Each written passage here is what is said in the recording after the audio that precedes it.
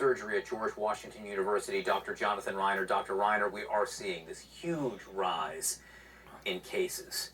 What do you think it means, and what do you think it means we need to be doing? Well, it means our hospitals are going to fill in parts of this country rapidly. But it means different things to different people. For the 30% of the country that is fully vaccinated and boosted, it probably doesn't mean a lot. It means that you either won't get infected, or if you get infected, you'll have either mild symptoms or no symptoms at all. If you're fully vaccinated, or what we used to call fully vaccinated, but not boosted, you are more susceptible to infection, probably still protected against severe illness. If you are relying on prior infection as your superpower, you are mistaken. You are not protected against this variant. And if you are unvaccinated, you will absolutely get infected sometime in the next 6 weeks. So, unvaccinated absolutely get infected sometime in the next 6 weeks, as you said. Do we have any sense of, whether that's more of an Omicron or a Delta infection? Because I know right now, even though Delta may still be dominant, we're seeing the way that Omicron is increasing, but we don't have good real-time data on the split at any given moment in terms of what we're seeing. So how much does that factor in? You're right, Erica, we don't. We heard this morning that new cases in Houston, for instance, being admitted to Houston Methodist Hospital, are overwhelmingly 80% Omicron. I suspect that the big wave coming across the Northeast is increasing every day with Omicron.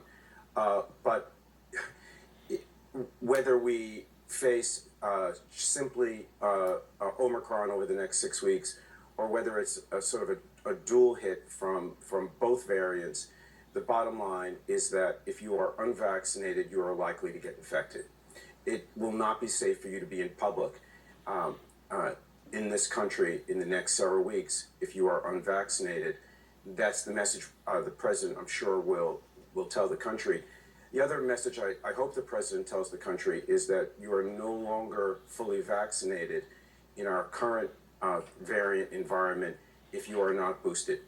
And I'd like to see the federal government start to surge teams around the country to increase the capacity of cities to boost people, because if you go into a pharmacy now and you're trying to get boosted, you'll find that there's a substantial wait.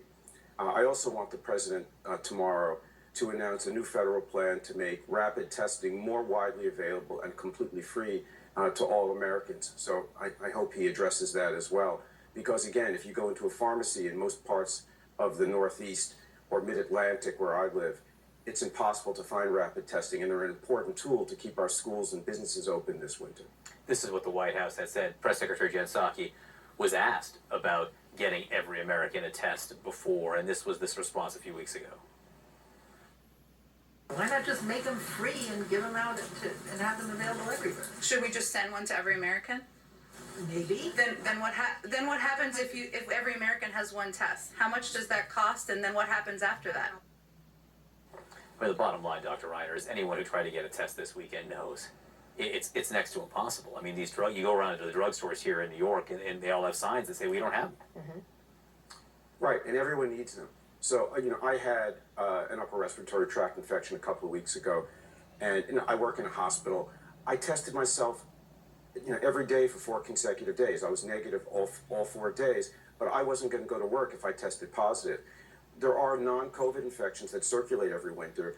People are going to feel ill. People need to understand whether they have COVID, particularly in this more contagious environment of Omicron.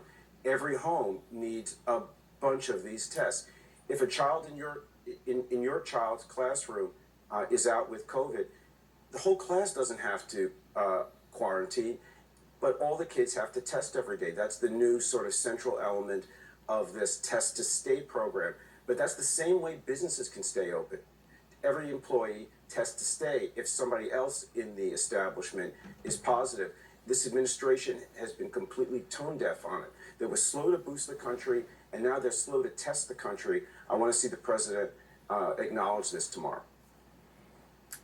We will see what is said and what action is taken. Dr. Jonathan Reiner, always appreciate your time. Thank you. My pleasure.